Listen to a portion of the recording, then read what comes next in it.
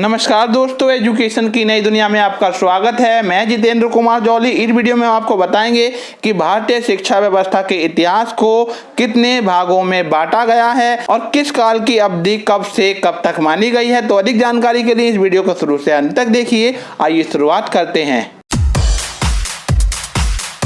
भारतीय शिक्षा व्यवस्था का इतिहास काफ़ी पुराना है और इस बारे में बहुत से विद्वानों में मतभेद भी है, परंतु अधिकांश विद्वान ये मानते हैं कि भारतीय शिक्षा जो व्यवस्था है उसका विकास 2500 ईस्वी पूर्व हुआ था। तो भारतीय शिक्षा व्यवस्था के इतिहास को मुख्यतया 3 भागों में बांटा जा सकता है। नंबर 1 प्राचीन कालीन, नंबर 2 मध्यकालीन और नंबर 3 आधुनिक कालीन। जो प्राचीन कालीन इतिहास है वो 2500 ईस्वी पूर्व से 1200 ईस्वी तक माना जाता है। प्राचीन काल में शिक्षा गुरुकुलों में दी जाती थी। और देखिए, जो प्राचीन कालीन इतिहास है उसको भी पुनः 2 भागों में बांटा जा सकता है।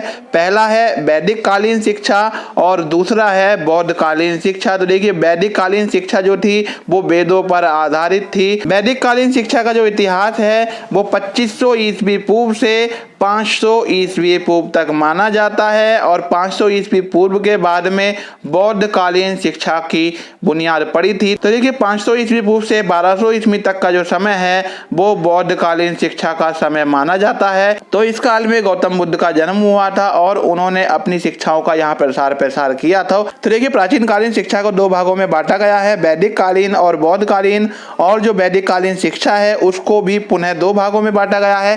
पहला है ऋग्वेद कालीन और नंबर 2 उत्तर वैदिक कालीन। तो देखिए, ऋग्वेद कालीन जो शिक्षा है उसका समय 2500 ईस्वी पूर्व से 1000 ईस्वी पूर्व तक माना जाता है। सबसे प्राचीन वेद का नाम है ऋग्वेद। प्राचीन काल में गुरुकुलों में शिक्षा प्रदान की जाती थी और वहां पर सबसे पहले ऋग्वेद का ही अध्ययन कराया जाता था, क्योंकि ऋग्वेद सबसे प्राचीन वेद है। इसके अलावा भी बहुत सारे विषयों के बारे में यहाँ पर शिक्षा दी जाती थी। उसके बाद में यजुर्वेद, सामवेद, अथर्ववेद आदि वेदों के साथ साथ बहुत सारे उपनिषदों की रचना हो। 1000 ईस्वी पूर्व से 500 ईस्वी पूर्व तक का जो समय है वो उत्तर वैदिक कालीन शिक्षा का समय कहलाता है। इस समय में ऋग्वेद के साथ साथ और जितने भी वेद और पुराण उपनिषद थे उनका अध्ययन कराया जाता था। प्राचीन कालीन शिक्षा का दूसरा भाग है बौद्ध कालीन शिक्षा।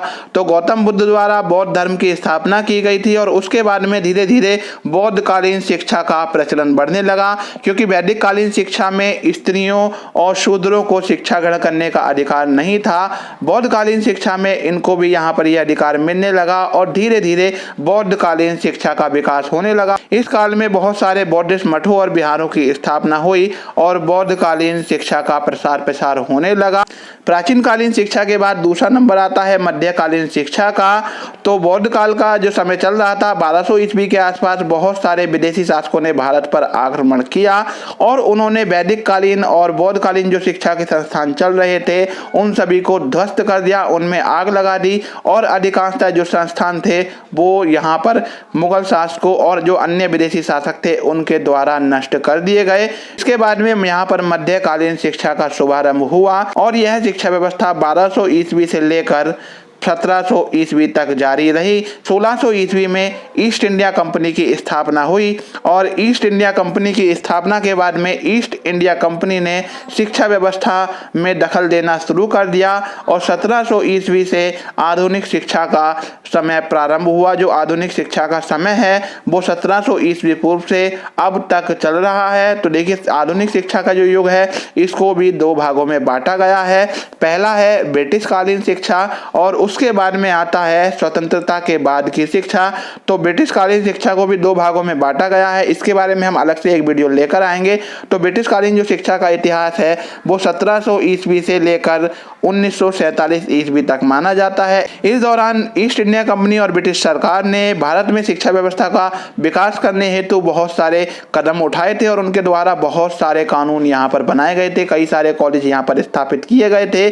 उसी के कारण भारत में आधुनिक शिक्षा की नींव पड़ी। इसके बाद में 1947 में भारत आज़ाद हुआ और उसके बाद से लेकर अब तक स्वतंत्रता के बाद बहुत सारे यहाँ पर आयोग आ चुके हैं जो हमारे भारत की शिक्षा व्यवस्था को सुदृढ़ करने में लगे हुए हैं। देखिए, भारतीय शिक्षा व्यवस्था के इतिहास से संबंधित जो ये प्राचीन काल, मध्यकाल, आधुनिक काल और ब्रिटिश काल, स्वतंत्रता के बाद की शिक्षा, इन सभी से संबंधित अलग अलग वीडियो में आपके सामने जल्द लेकर आऊँगा। तो यदि आपको ये वीडियो अच्छा लगा हो तो लाइक कीजिए और अपने साथियों में शेयर कीजिए। यदि आप हमारे चैनल पर नए आए हैं और इस तरह की वीडियो देखना चाहते हैं तो हमारे चैनल को सब्सक्राइब कीजिए। सब्सक्राइब करने के बाद बेल आइकन दबाकर ऑल नोटिफिकेशन ऑन कर लीजिए ताकि हमारी आने वाली वीडियो का नोटिफिकेशन आपको मिलता रहे।